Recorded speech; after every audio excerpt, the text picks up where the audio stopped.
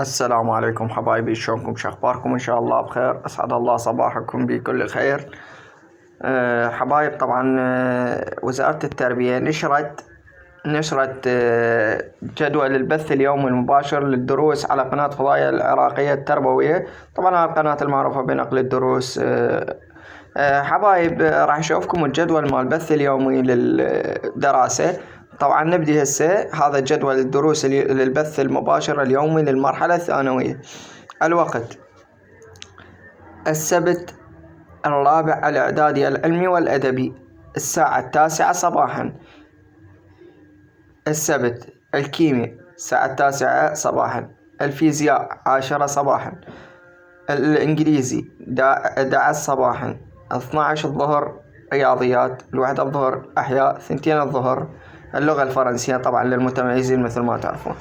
يوم الأحد الصف الخامس الإعدادي العلمي والأدبي، الكيمياء 9 صباحا، الفيزياء 10 صباحا، اللغة الفرنسية 11 صباحا، الرياضيات 12 ظهرا، الأحياء 1 الظهر، والاقتصاد 2 ظهرا. الاثنين السادس الإعدادي تطبيقي والأحيائي، الكيمياء 9 صباحا، الفيزياء 10 صباحا، الإنجليزي 11 صباحا، الرياضيات 12 الظهر، الأحياء 1 الظهر، الاقتصاد 2 الظهر.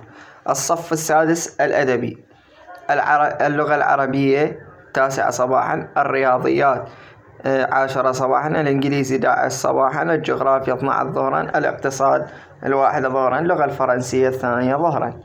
الأربعاء الصف الثالث متوسط، اللغة العربية 9 صباحا، الرياضيات 10 صباحا، الإنجليزي 11 صباحا، الفيزياء 12 ظهرا، الكيمياء 1 ظهرا، الأحياء 2 ظهرا. الخميس الأول متوسط، العلوم للأول متوسط الساعة 9 صباحا، الرياضيات الساعة 10 صباحا. العلوم طبعا الجزء الأول، والرياضيات العلوم الجزء الأول 9 صباحا، الرياضيات الجزء الأول 10 صباحا، العلوم الجزء الثاني 11 صباحا، الاجتماعيات الساعة 12 ظهرا. طبعا يبدأ البث الساعة 9 صباحا على فضائية العراق التربوي وفقا للمعطيات التالية. نير ساعة التردد مال القناة 12563